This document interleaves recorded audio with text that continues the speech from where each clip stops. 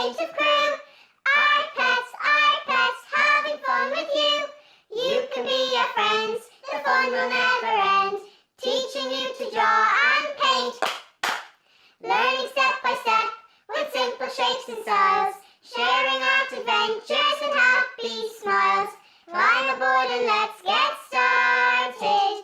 Art pets, we are the art pets.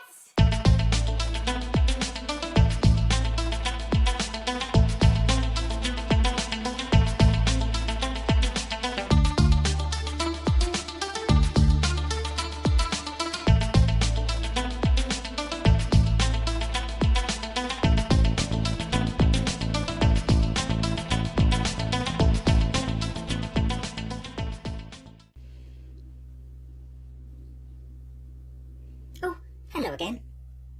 Since we arrived here on Earth, myself and Princess Kitten have seen many wonderful animals, and we will show you how to draw and paint some of these. We thought it would be fun if I showed you how to draw and paint a kitten, and Princess Kittenfluff will show you how to draw and paint a puppy. Molly, Bella and Sean have a cat called Kitty, and she gave birth to a litter of 4 kittens a few years ago. Here we are meeting them, a little bit more grown up. They have been so lovely and friendly to us. One of the kittens was called Fluffy. They showed us a photograph of him as a kitten, and he is so cute. Aww, so cute, and so much so that I decided to use this as the photo for my subject to show you how to draw and paint a kitten. I will also tell you a few fun facts about kittens. So, let's get started. So, now, before I get started, let me make sure I have everything I need.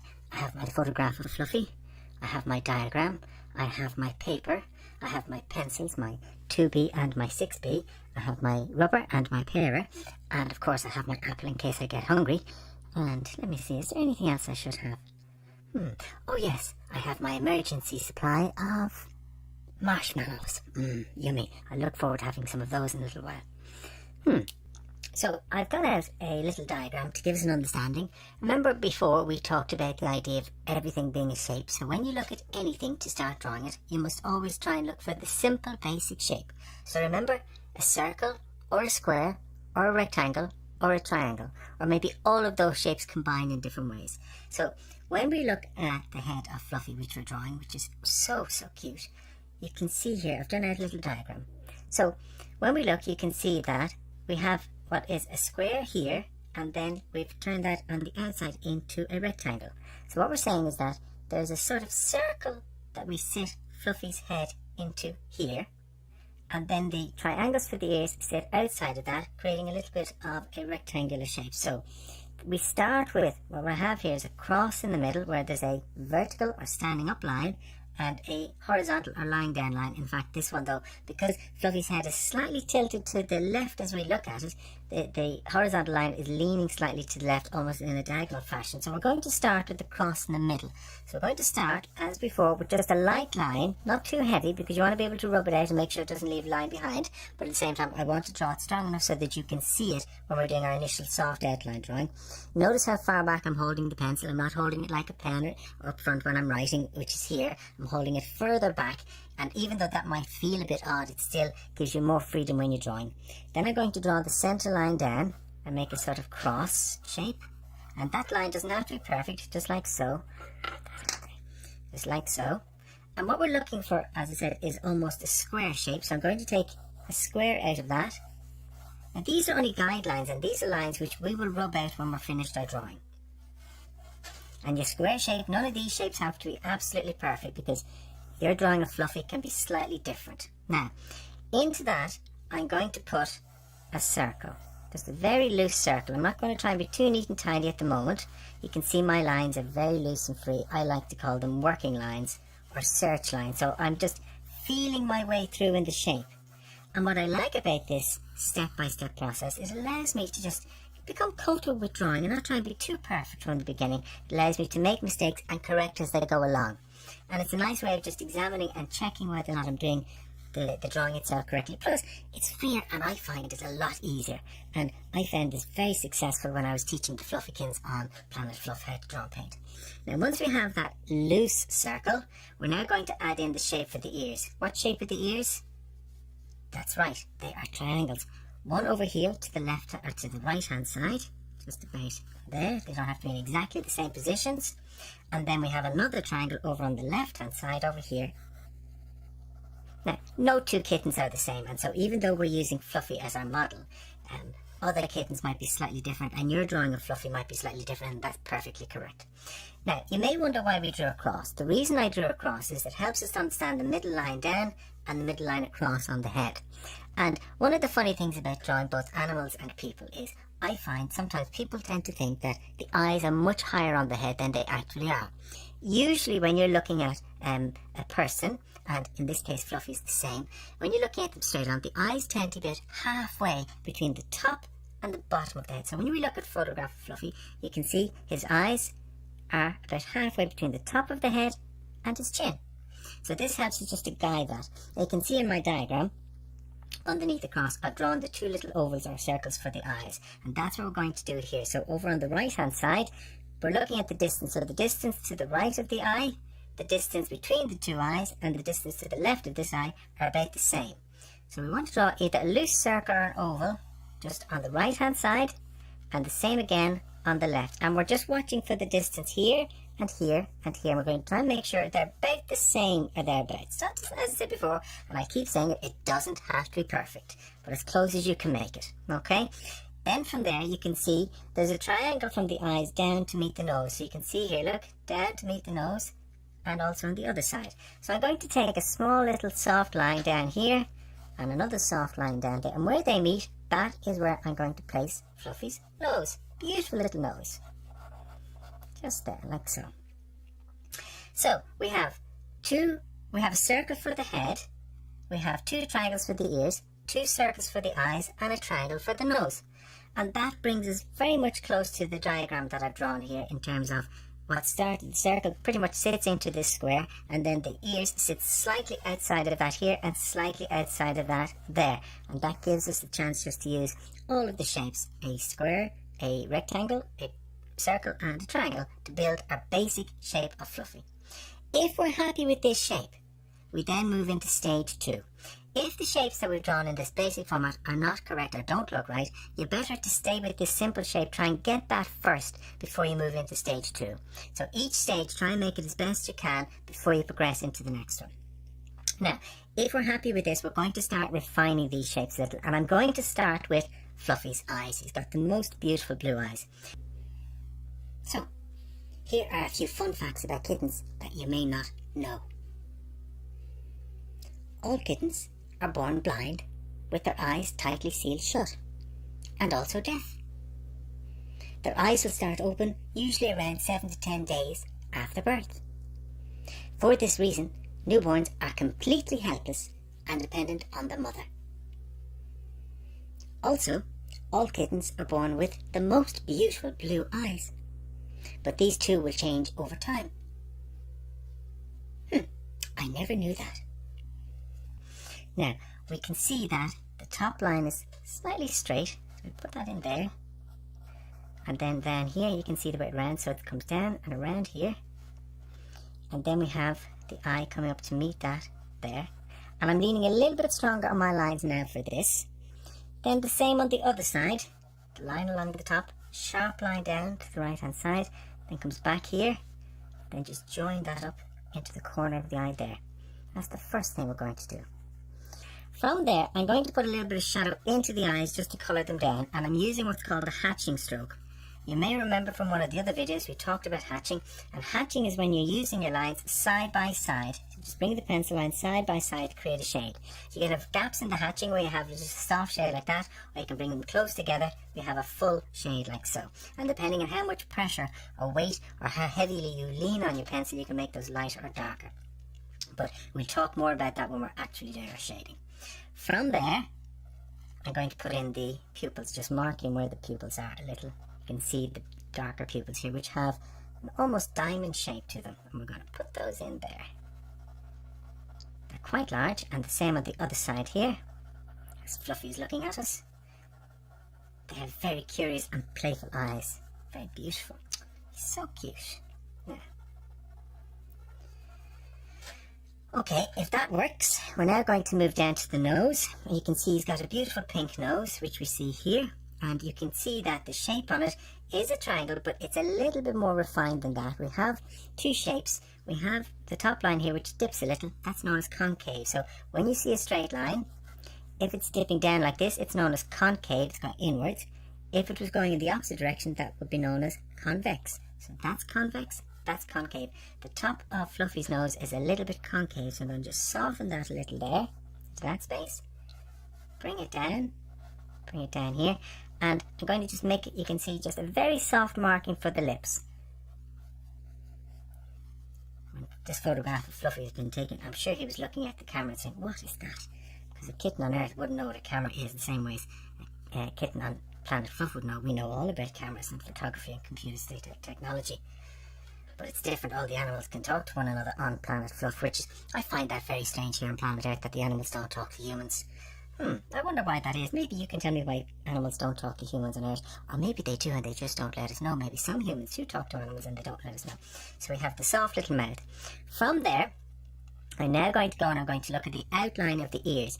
And you can see that I've put in quite pointy lines from my drawing, my outline drawing. But in the photograph of Fluffy, you can see he's got lovely, soft, roundy ears. So that's the first thing we're going to do, is going to put in just a little bit more shape on those ears there.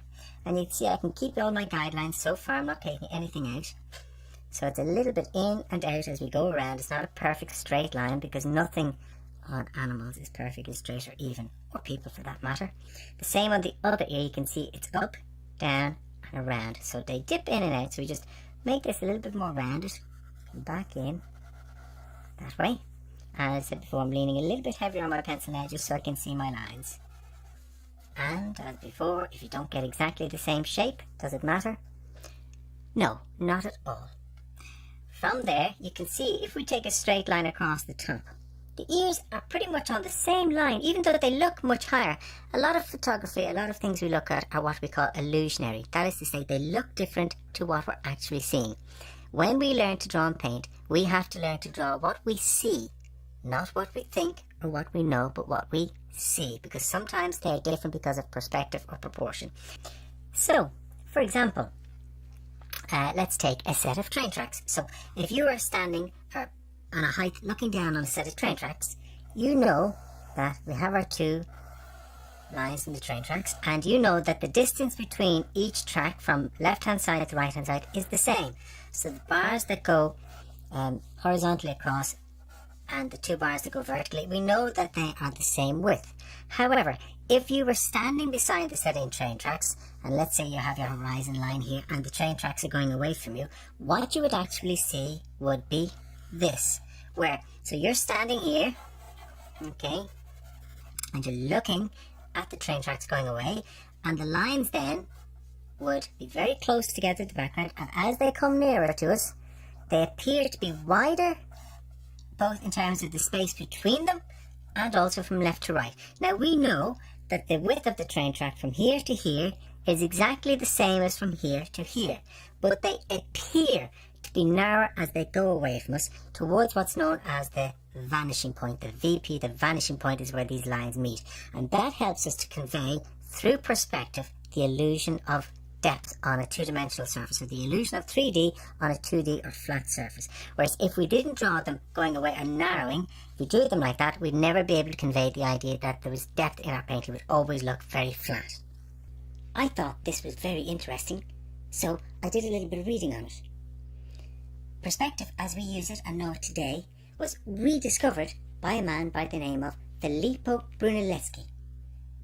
He was an Italian architect and designer during the early Renaissance. I'll tell you more about him when we do our art facts.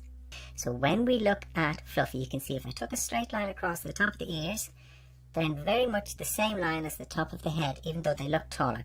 And that's what we have drawn here. We have that line that places the top of the ears in line with the furriness of the head.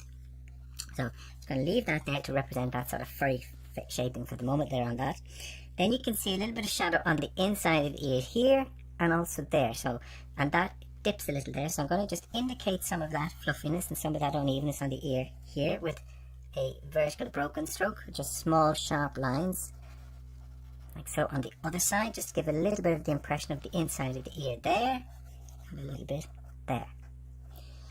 Now from there you can see that he appears to be quite wide on the left, quite wide on the right, and then dips in a slightly more triangular shape here. Now can you see that shape there? We just talked about that idea a few minutes ago. That's called, well done, concave. It dips in, so it's not a straight line, it dips in. So from here I'm going to just bring that line in a little like so, so that we start to shape up this tiny little soft chin. And then we do a little on the same here. It does seem to come out a little bit more there, but we just dip it in very, very slightly, like so, to get a little bit more softness into the idea of that chin there. Now, the size of the head, and it's the same with adult cats as well, if you ever have a kitten or a cat, they seem to be quite large, but their hair stands out from the body, and most of them is just the soft, beautiful, furry hair on the surface, but actually quite small underneath in the skeletal muscular shaping. So a lot of this, if you were to touch his head, you'd find it's very soft, and the skull underneath is actually quite small. And what we'll be trying to do when we do our drawing and then we do our paint is to capture that feeling of lovely, soft, furry gentleness on the surface. So from there we have all of those bits and pieces marked in. Now what I'm going to do, I'm now going to start removing some of my guidelines so that I can see what the drawing looks like before we add any more details. So I'll start with some of these outlines I put for the square, all the way around, as we go, around the ears, there, around the outside of the ear here, and then I'll take out the cross in the middle. And you can see, because I leaned quite lightly on my guidelines, these details are coming out, these rough guidelines are coming out very easily, which is important, because if I want to keep this as a pure drawing, which I may do a separate drawing for the painting, I don't want these basic guidelines coming in and getting in my way. So remember, I said before, always lean lightly. Put those away. Now you can see the shape a little bit more clearly. Excuse me. Now I'm going to come in with my rubber and I'm going to break up the line a little on the outside, start getting a little bit of that furriness. So this rubber here is not just used for rubbing out mistakes, it's also used for part of your technique. So you can see it'll start to give a little bit more furry softness to the outside of Fluffy's head, and that's what we want. We want that little bit of softness coming through. And just very gently down around the chin, and of course the top of the head is very fluffy, so we're going to break into that. And also this guideline that we had around the inside, or rather the outside of the ears, just to give a little bit more. And you can see when I take those out, the head starts to look just a little bit more solid. Now from there, I'm going to take my pencil again, and I'm going to start drawing in some of the shapes of the patterns. So when you look at the eyes, you can see the pattern carries around the line of the eye down to the right hand side. So from here, that line comes in, dips a little, comes out. So I find oftentimes it's easier when you see a pattern on an animal to draw the pattern first softly with the outline and then fill in the shades later. You can see it comes down around the eye here and it seems to join back up. Now, I imagine the patterns on cats are very different from cat to cat, so once more, yours does not have to be the same as mine. And then I'm going to do the same on the left hand side. You can see it comes down from around the eye, back in, here, shaping there, coming out towards the side of the head, left hand side over there, so it's sort of triangular shape. You can see the sort of triangular shapes in these spaces, so don't be afraid to use the same principle of a circle or a square, triangle or rectangle. Look for those first to define what it is you're seeing. Turn around here. Now when I look, I can see that he's a very small chin, or rather it looks very small. The reason his chin looks very small here is because we have what's known as a bird's eye view. That is to say, the photograph of Fluffy was taken looking down, so you can see a lot more of the crown of the head, and the eyes are lower on the head, the nose is lower, and so we're seeing a little bit of the chin only, we're not seeing all of it. So I'm going to make this space a little smaller to help understand that we've got that bird's eye view much more so. So you can see when we look at the mouth, the line of the mouth comes down, joins in here. The same on the other side, it's very soft, got a little bit of soft line here, but this comes in more, that comes in more. So I'm going to go back into my rubber and I'm going to rub out what I have here so that I can come in and make it just a little bit smaller and softer to give that impression that we're looking much more from the top down, as I said, what's known as a bird's eye view. And that's just part of the perspective. So we're just going to have that just sitting loosely like so. And I think that gives us a little bit more similarity to what we're looking at in the photograph. There's shaping. Now to carry on with the pattern, we have this beautiful pattern up here. I think that's known as a tabby cat pattern, isn't it? I must find out. I must ask Molly, Bella and Sean. Now when we look, can you see that shape there? I see a letter. Can anyone define that letter for me? Well done, you're very clever. That is right. It's an M shaped like an M, a capital M. So I'm going to start with that line, bring it down. I'm going to make myself a big M above Fluffy's eyes. Fluffy didn't know. It should be an F if it's Fluffy. And then that line carries on up here. This line carries on up here. And then in the middle, can you see that shape there? Does that look like a letter to you? It looks like a letter to me. Or a number. That's right. It looks like an O or a 0. And I'm just going to put that in there. Whether you make it one or the other doesn't matter. And as before, the shape can be a little bit uneven because nothing in nature is perfect. It's not perfect on planet Fluff, and I don't believe it's perfect here on planet Earth. And it's certainly not perfect on planet Gruff. Or planet Rough, I should say. Where we have General Gruff. Now. Shape, shape, shape. Have the details here, have the details there. Oh, there's another little pattern there. And again, I'm seeing a triangular shape. 1, 2. Now, I'm not going to worry about the whiskers or anything of that nature for the moment. We'll add those in separately when we're doing our shading in. This is more just to do the outline. This is part 1 of the drawing, which is the outline. Part 2 is where I'm going to show you how to shade in the outlines that you have. Okay? Now, what else do we need to do? Actually, do you know something? I think we won't do anything else. We'll simply leave it at that for now and give you a chance just to practice this part of Fluffy first. So remember, we did 2 stages. We did the very simple shapes of the circle for the head, triangle for the ears, circle for the eyes, triangle for the nose. Then from there, when we were happy with that shape, we started to shape up the eyes first and then put a little bit of shadow into those, a little bit of colouring to give them a little more depth. We shaped up the line of the nose a little bit more. We talked about concave and the mouth. And then we have our ears, which are not perfectly pointed around it. And we noticed that they're on the same line as the top of the head or thereabouts. And then once we had all of those basic details, we took our rubber and we rubbed out all of our basic guidelines. Now, as before, because this is a video, give yourself the time to do what you're doing. All you need to do is to freeze or pause the video, and you can copy the details and practice it as many times as you wish. And of course, remember, it's not important if yours doesn't look exactly the same as mine. Your way of drawing the cat and your idea and your result of the cat is entirely up to you when it comes to drawing anything, whether it's Kitty or Fluffy or Pretty or Polly or whatever it happens to be. It's entirely up to you. Now, so that is the end of part 1. And I will see you for part 2 when we do the actual shading on Fluffy. Now I think it's time for me to have a snack. I'm feeling quite peckish. Which will I have? Apple or marshmallow? Perhaps I should have a little bit of both.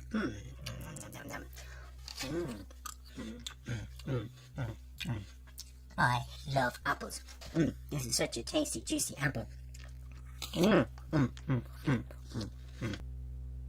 See you soon in part 2. Have fun. Bye.